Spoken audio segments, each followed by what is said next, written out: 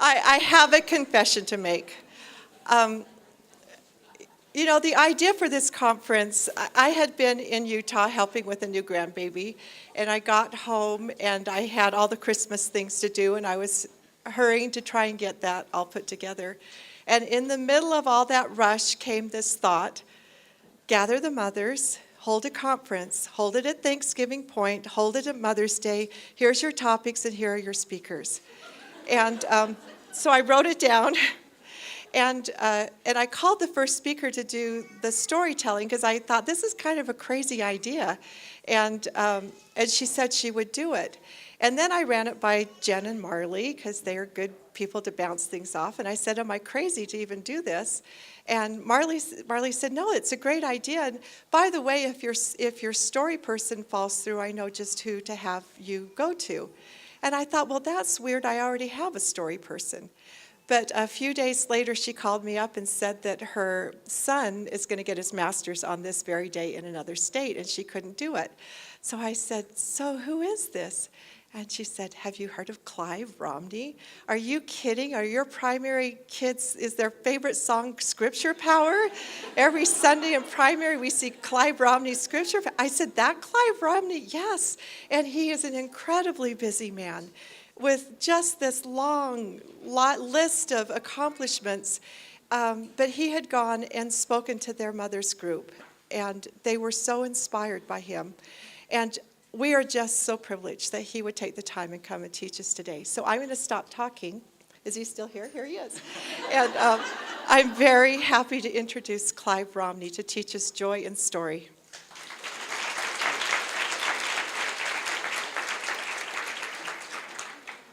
Well, I had a singular experience today. I walked in with my guitar and my banjo, and I came over to the corner of the room and I looked, and there was a second banjo on the side wall there, a banjo case. And I thought, well, there goes the neighborhood. Because in musical circles, the definition of a gentleman is someone who knows how to play the banjo and won't.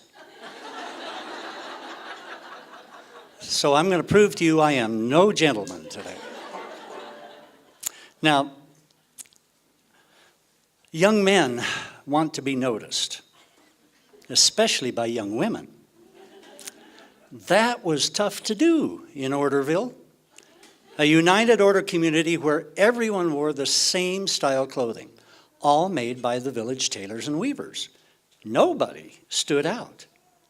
Well, more than anything, young Isaac Black wanted to be noticed by the girls at the weekly town dances.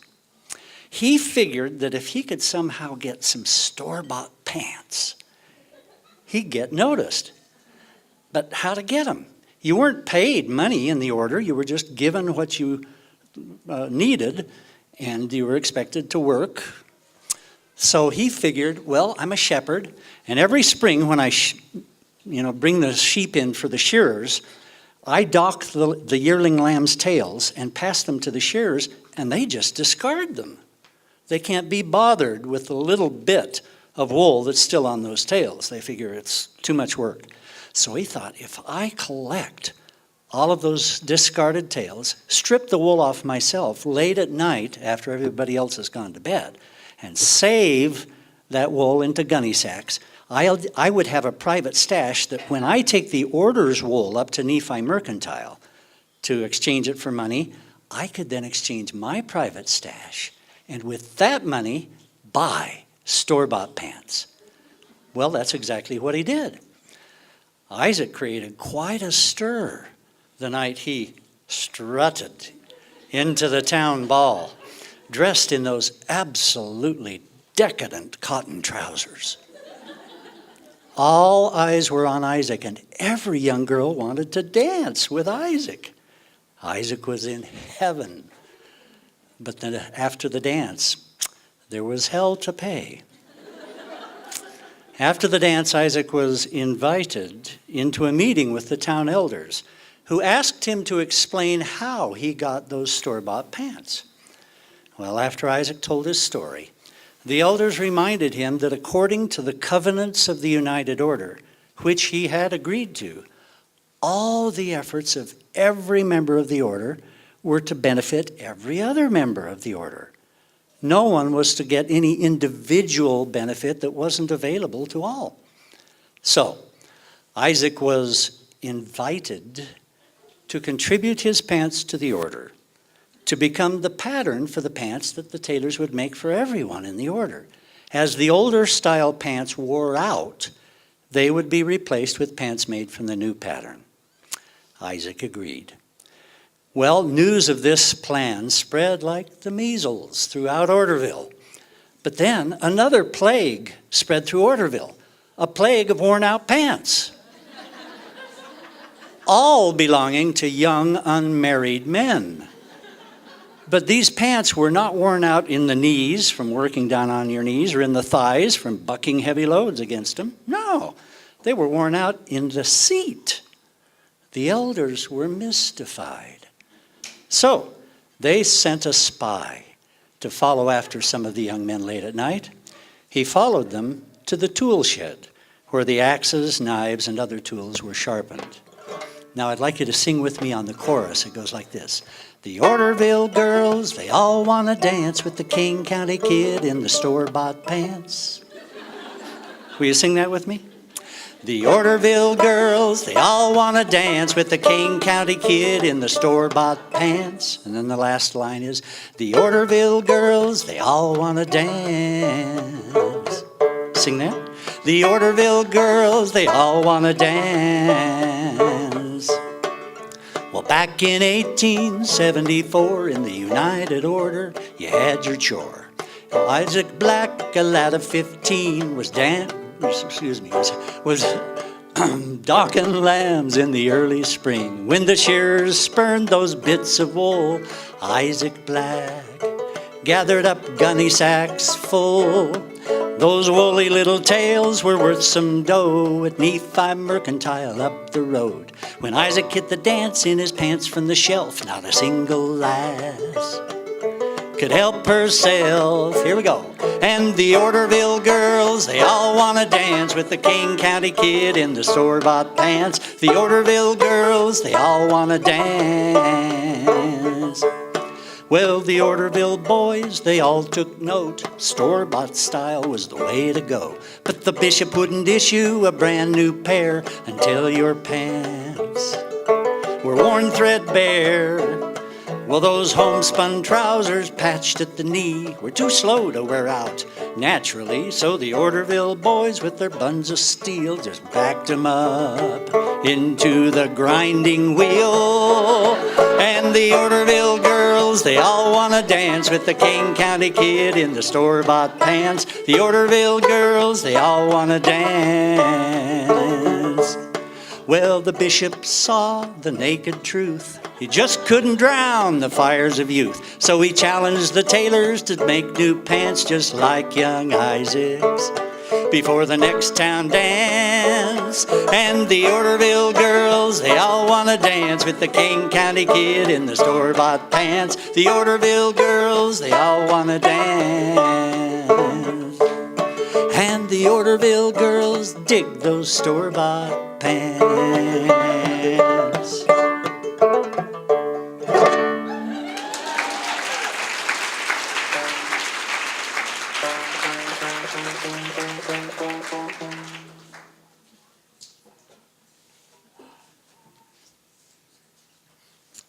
Well, Utah has 29 counties. But Utah tradition says that if you want to be happily married, you ought to marry a girl from San Pete County. Anybody here from San Pete County? Well, there you go. That's unusual. I always find somebody from San Pete County wherever I perform, because you know what the chief export of San Pete County is? People. It's not that they don't want to live there, it's that they can't. It won't support a large population. It's a high, dry, desert environment. Well, if you looked out the door of the Widow Olson's one-room log cabin in the spring, you might be encouraged, because you'd see little green shoots of grass coming up. and little green leaves coming out on the cottonwood trees, and mostly green mountainsides all the way up to the snow-capped peaks. But you look out that same cabin door in August, it's like Jekyll and Hyde.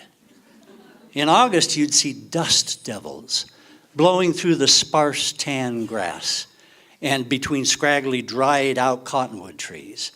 And those dust devils would blow right on over the bare dirt of the brown, red, gray, and chalk-white hills that interrupt the valley floor.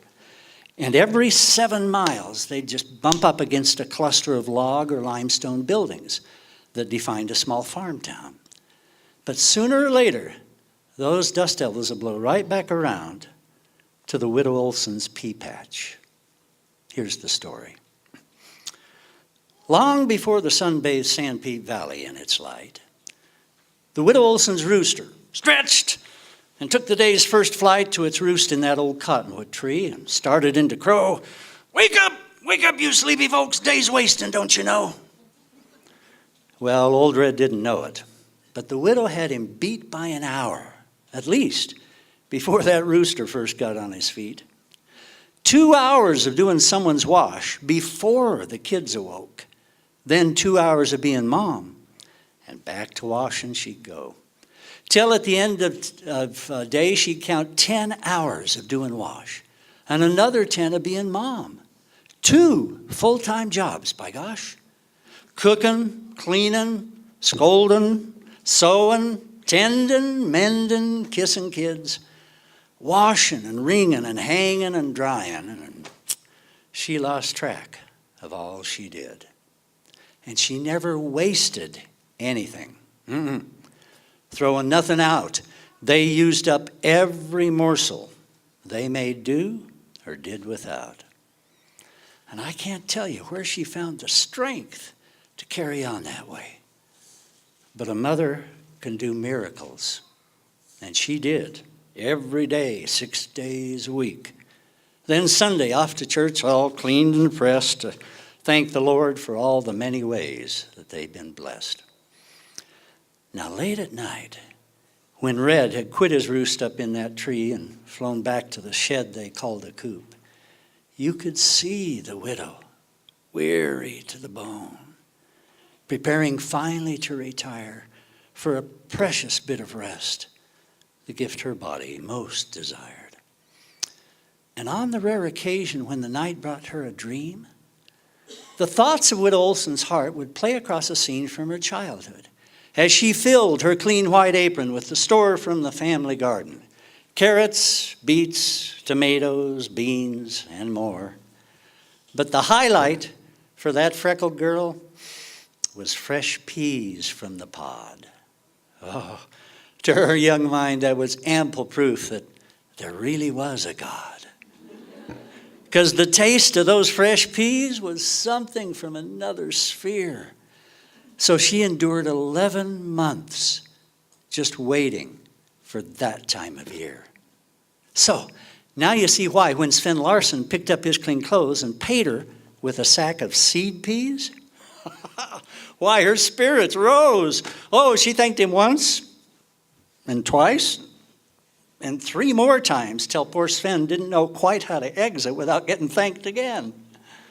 Well, the widow and her children cleared the sagebrush, weeds, and stones from a second garden plot in that hard dirt behind their home.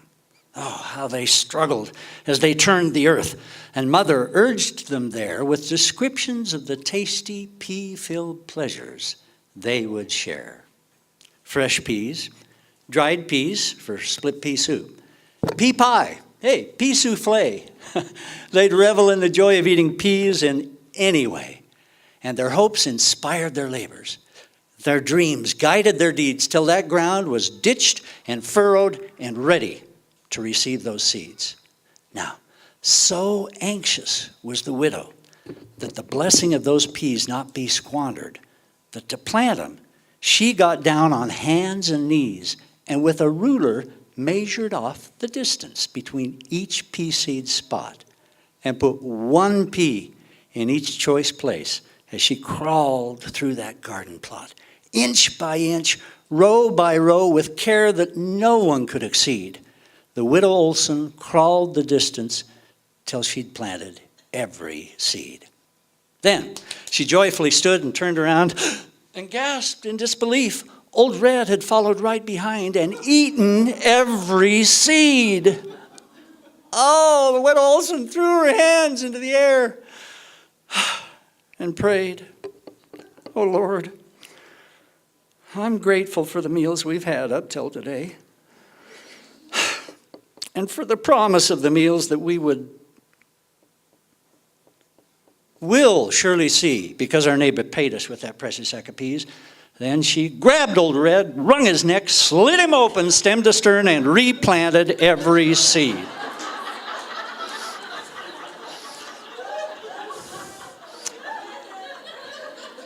As along those furrows she returned.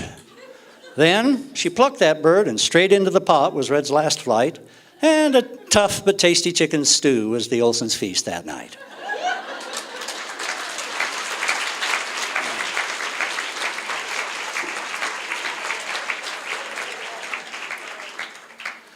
Well, about 9 years ago, I had an experience that completely changed the course of my life.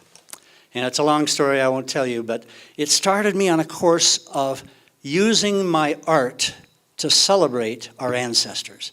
And it turned out it didn't matter if it was my ancestors or somebody else's ancestors. I just loved the stories, the legacy that they left us in the lives that they lived.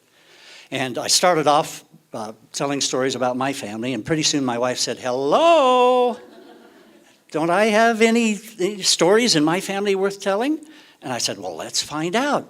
So we looked in the big 3-ring binder that her Aunt Leela Gates had left to every member of her family, and almost immediately came across the most amazing story.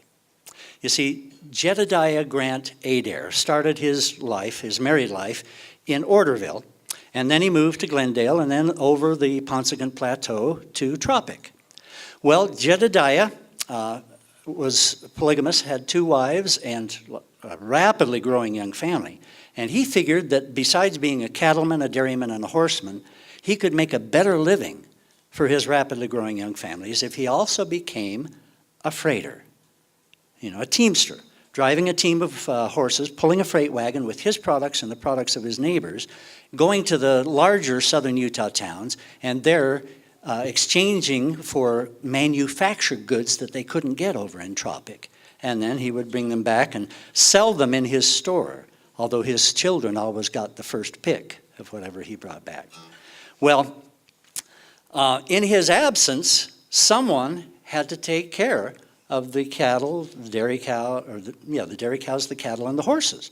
Well, that fell to his oldest son, Orson, who at the time was 5 years old.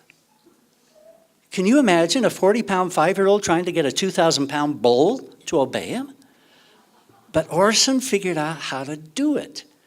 By the time Orson was just 7 years old, he was so good at handling animals that he could handle a team of horses and drive a wagon around the ranch doing his chores.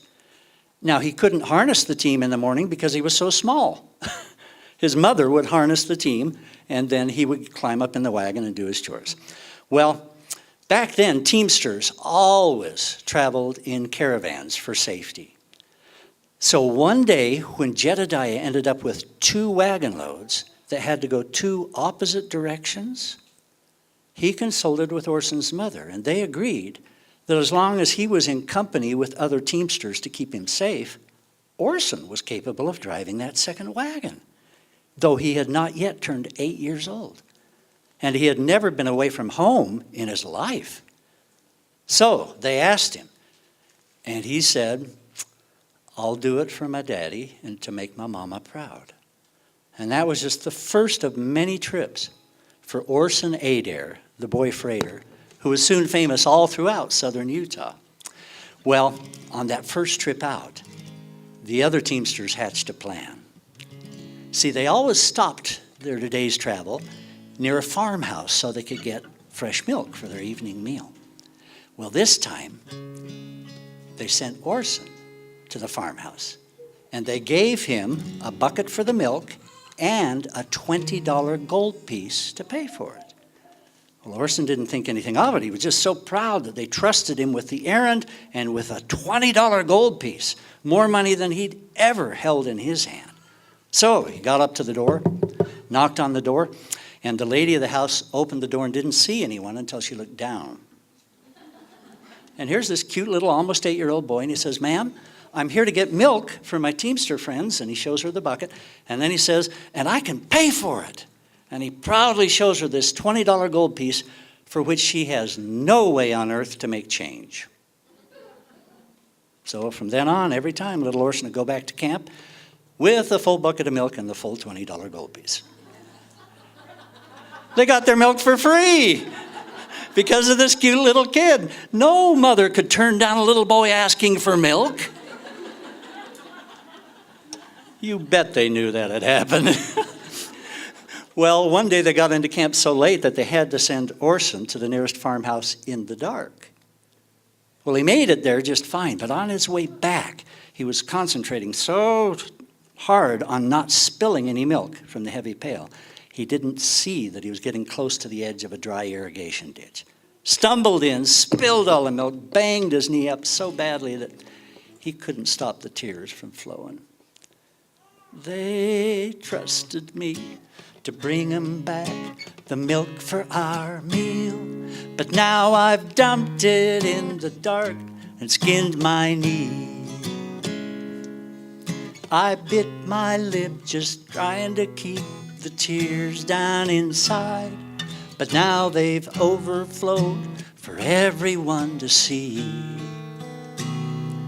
It's embarrassing for someone who's as old as I am, but there's no way out of this except straight through. So I'll apologize and ask if I can somehow get more milk, 'cause a boy's just got to do what he's got to do. I've got to do it for my daddy. I got to make my mama proud. Bring this load safely across this rugged land. 'Cause my brothers and my sisters are dependent on me. I've got to drive and deliver like a man.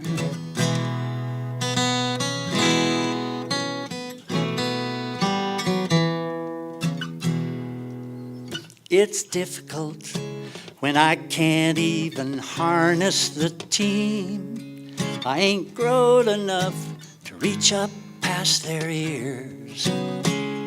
So the other freighters help me, 'cause they say it's right smart to have a teamster who's just barely turned 8 years. But tonight, I really wish that I was home with my mom, but it'll be a week before my journey's through. So I'd better feed the horses, say my prayers and turn in, 'cause a boy's just got to do what he's got to do. Will you sing it with me this time? I got to do it for my daddy, got to make my mama proud. I got to do it for my daddy, I got to make my mama proud. Bring this load safely across this rugged land. Bring this load safely across this rugged land. 'Cause my brothers and my sisters are dependent on me. 'Cause my brothers and my sisters are dependent on me.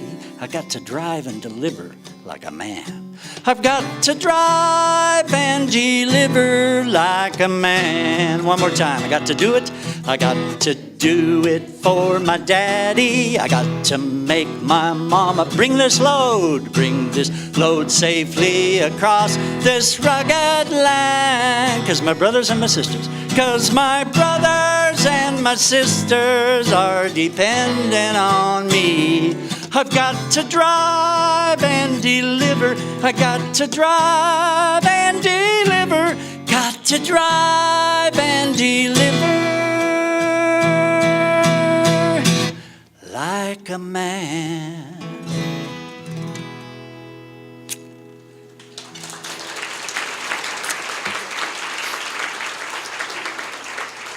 So Orson picked himself up out of the ditch, took his empty bucket back to the farmhouse, knocked on the door again, and as soon as the farmer's wife opened the door, she could tell what had happened.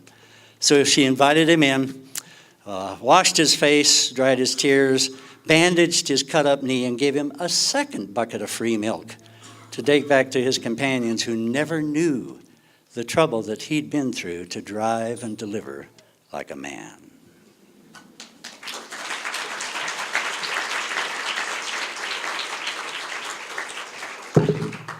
Well, I'm supposed to teach you how to tell stories. So let me tell you why, and then why it's important that we tell these stories.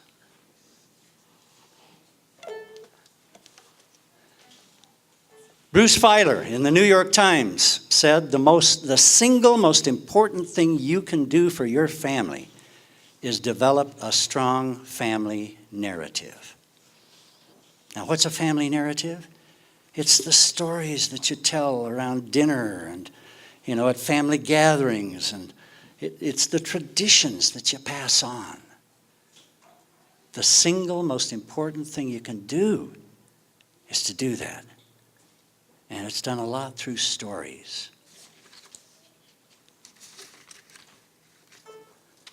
There's the ascending narrative. Son, when we came to this country, we had nothing. Our family worked. We opened a store. Your grandfather went to high school. Your father went to college. And now you see the ascending arc that the family story is taking. Or the descending narrative. Sweetheart, we used to have it all. Then we lost it all. But most important of all is the oscillating narrative. We've had ups and downs. We built a family business. Your grandfather was a pillar of the community. Your mother was on the board of the hospital. But we had setbacks. You had an uncle who was arrested. We had a house burned down. Your father lost a job. But no matter what happened, we always stuck together as a family. That builds resilience. Dr. Marshall Duke said that children who have the most self-confidence have what he and Dr. Robin Fivush called a strong intergenerational self. They know they belong to something bigger than themselves. If you want a happier family, create, refine, and retell the story of your family's positive moments and your ability to bounce back from the difficult ones. That act alone may increase the odds that your family will thrive for many generations to come. So, I submit that telling my story and my family's story isn't just important, it's essential to our happiness. How? Well, you find the metadata. You find motifs, which are repeated patterns or designs in your ancestors' stories. There are aberrations, sure, but find those repeated patterns. And then find the themes, the underlying and overarching ideas, messages and topics. What did their life in the end represent? Was it faith? Was it optimism? Was it resilience? Was it determination? What are the themes? And then you structure it by the story spine, which is basically, once upon a time, here's the status quo. And every day, this is what happened, until one day, something changed. And because of that, further ramifications, and because of that, until one day, something changed that. And ever since then, this is the new status quo. So here's the interpretation again. You have once upon a time is the characters and the setting, and every day is more of the setting and the situation, what was common until one day, the plot, what happened, and the conflict and the drama. And because of that, more development of the plot, the conflict and the drama, and because of that, until one day something resolves that. And ever since then, the lesson we learned, or the new normal that we had to deal with. That's the story spine. Now here's another way to look at it. Here's a graphic view of your story.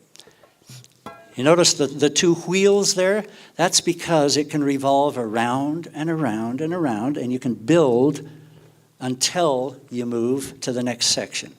So your setting and character and situation can keep building on each other until you feel like you've got enough understanding that you can move to the next wheel, where the problem is introduced and the struggle and the resolution, which may not completely resolve it, but just take you to another level of the problem and the struggle and the resolution. So that can go round and round and build drama until finally you have a final resolution and the learning.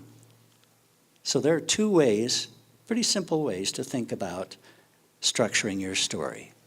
Oh, and down at the bottom, you notice it says, one sentence story. If you can't describe your complete story in one sentence, you're trying to tell too much. Break it into multiple stories. But you need to be able to say, this story is about this. And say that in one sentence. And then you know that you can tell it in the time allotted. All right, the guiding principles, do it prayerfully. You're doing God's work as you tell family stories. Get Him involved. Do it respectfully. You're going to meet these people face to face someday. And you're going to know if you told it respectfully. But do it with humor. Don't be afraid to laugh. Do it honestly. Don't whitewash, because the learning is lost. If we don't tell, for instance, I tell a lot of Utah stories, and I try to tell honestly the story of the conflict between the Mormons and the Native Americans. Because who should better have understood the Native American situation than the Mormons, who had just been pushed off their land back in the East? And what did we do? We pushed the Native Americans off theirs. We have to deal with that. If we don't learn to deal with our failures, we don't learn. So tell it honestly. Through what media? All of these. You can use every one of these media to tell your heritage stories. There's 39 of them there. And here are some examples. Store-bought pants.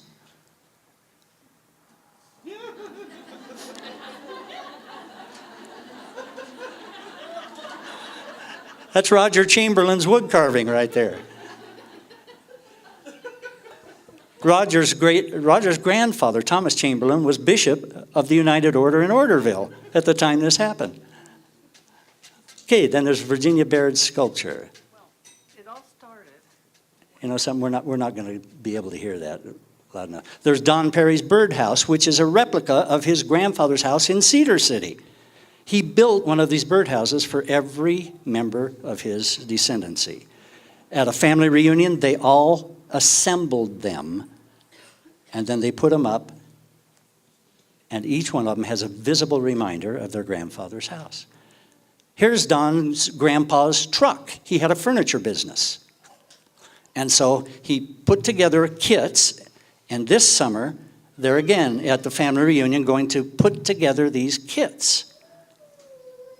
And then here's storytelling through painting. Linda Curley Christensen, who paints murals for temples, LDS temples throughout the world. Her great-grandfather was Peter Schertz, the man on the plow there.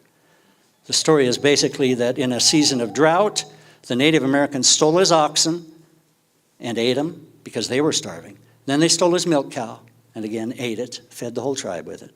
And so in the spring, he had no way to pull his plow. Instead of getting angry and going out and hunting them down, he said, look, You've taken my means of planting. I can no longer share my harvest with you unless you help me plow. And the Native Americans helped him plow. It's so easy for us today to go to the market and restock. Well, again, we're not going to be able to hear that. Lettuce from Spain, But bananas, we did a song called Digging in the Dirt, just portraying the fact that all pioneers, no matter what they were trained to do, had to grow their own produce. So we put together a dance they had to grow their to own, Digging in the Dirt even if they were and trained filmed for it. some other type of It's work so easy. Everybody who's got a smartphone now can make a video. or spade in their life. So that's a video about digging in the dirt. And there's the team, bunch of kids who we got together in St. George and did that. Do you think they'll ever forget that lesson, that you have to grow your own food? Not after they've been involved in that. Through quilting. Gardner Village, they've moved many cabins on site there at Gardner Village, and every one of those cabins has multiple stories to tell. So Luann Wild did a quilt incorporating all of those stories. Darrell Francis, Orem, Master Cooper makes buckets and barrels. And every stave of this bucket is a different wood.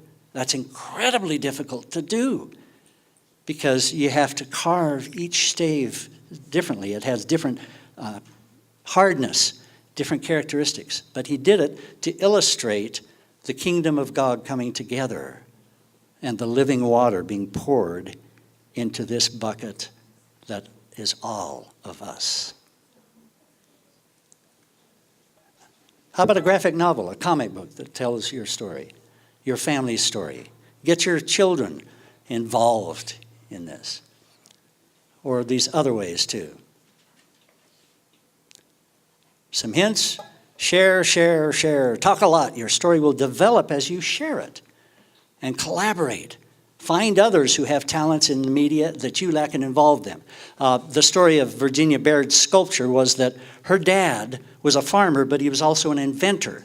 And if he needed a tool to do something on the farm, he just invented it. He had a shop with, it was a boneyard, things that were no longer usable or at least no longer functional. And he would cannibalize them to find parts and build a new tool or a new machine to do what he needed done.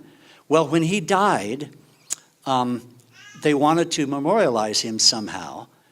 This boy, he was always, just anxious for the next challenge. He was just a kid at heart. And so they gathered up boxes of stuff from his shop, took them to Dennis Smith, the sculptor in Alpine, and said, would you look through this and build a sculpture that memorializes our dad, Henry Schmidt, the farmer? And he has this wonderful, it's Henry as a boy, on a tricycle, but flying off on a tricycle, but trailing behind him is this stuff all behind him. And it's just a marvelous sculpture. And so now they can tell the story to their grandchildren, and every time they walk into the living room, there's that sculpture reminding them. It's a permanent reminder of Henry Schmidt's life. So, all right, ask for help, especially from God, and count on help from your forebears because they want to help you. All right, I've only got time. All right, the settlement of Utah makes no sense until you accept the fact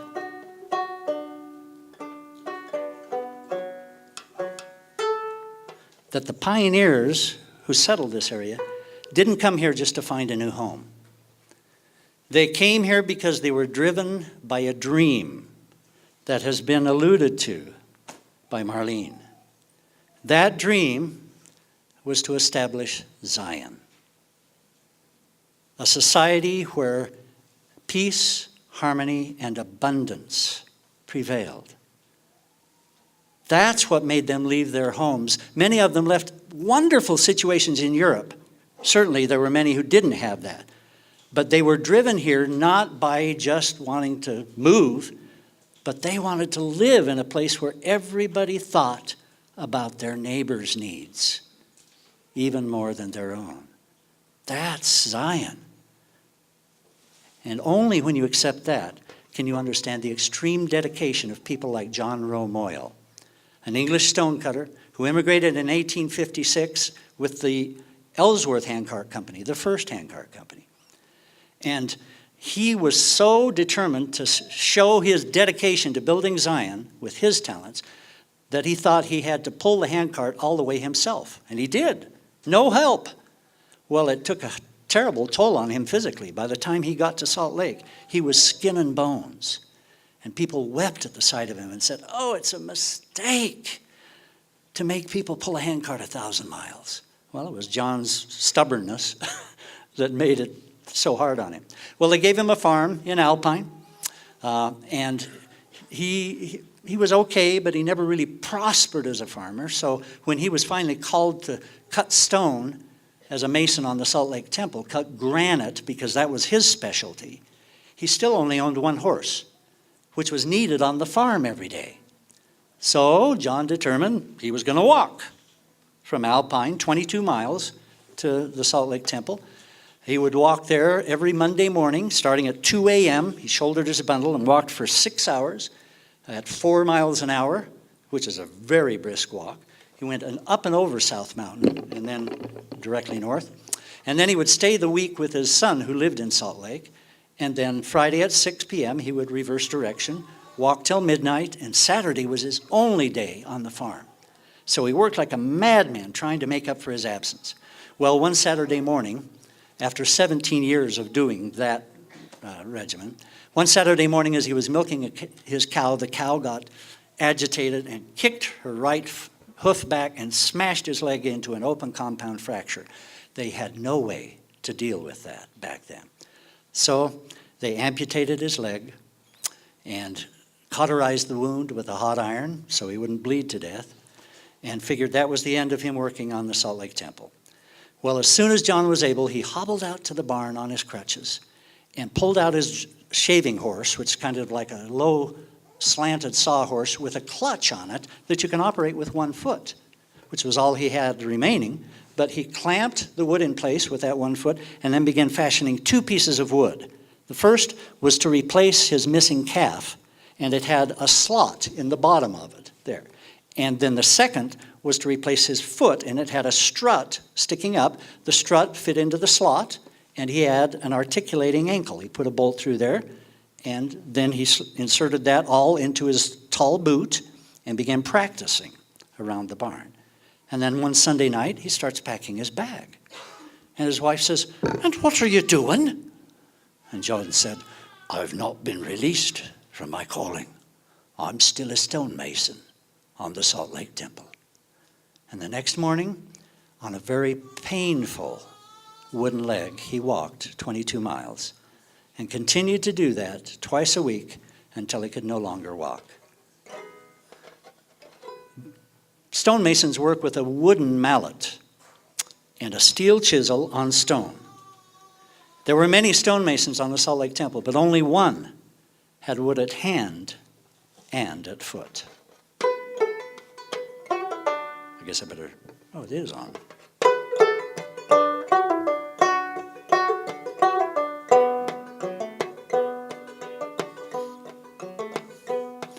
I shoulder my full burden, I carry my full load. No matter how hard the trial, no matter how long the road, I offer no excuses. I give all I have to give. I labor in my calling. This is the creed by which I live. Flesh and bone, steel and stone, wood at hand and foot, heart and mind so aligned, the end is understood. Day or night, left or right, my path is always known. To the end that God's my friend, my life is set in stone. While others are still sleeping, I travel my well-worn trail to be where I am wanted each morning without fail. I chisel sacred granite, I finish its speckled face, and I leave my marks upon it forever in this sacred place. Flesh and bone, steel and stone, wood at hand and foot, heart and mind so aligned, the end is understood. Day or night, left or right, my path is always known. To the end that God's my friend, my life is set in stone.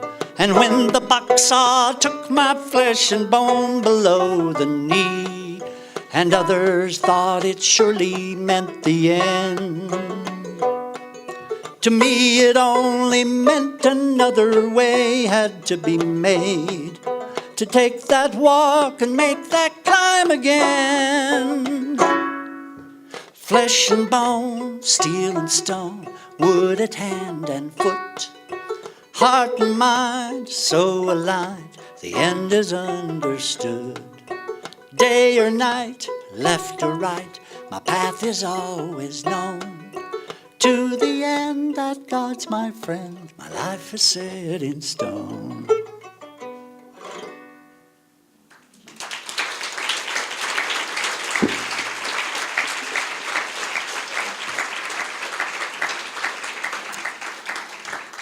You are involved in a sacred work when you tell ancestral stories.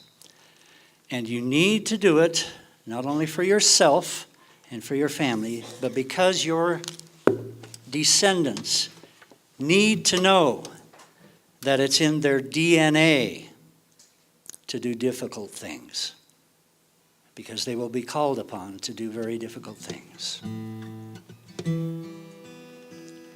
He was a father, she was a mother. They were family to me, and their trials surely would have broken lesser men. But they endured them, overcame them, leaving me a precious legacy. How can I thank them for this gift that has no end? Don't let them be forgotten. Don't let their memory fade away. If we let them be forgotten, we're denying their tomorrows and our yesterdays. He was a merchant, she was a poet, but they left it for a dream. Thirst for Zion drew them to this wilderness to dwell. They gave their talents to a common purpose, giving all their hearts and hands could make. Now all the lives they've blessed, no tongue can ever tell. Don't let them be forgotten. Don't let their memory fade away. If we let them be forgotten, we're denying their tomorrows and our yesterdays. Without them, So much of me is missing. I am less than half a man. I have lost my long-term memory, and I don't know who I am. Don't let them be forgotten. Don't let their memory fade away. If we let them be forgotten, we're denying their tomorrows and our yesterdays. Thank you.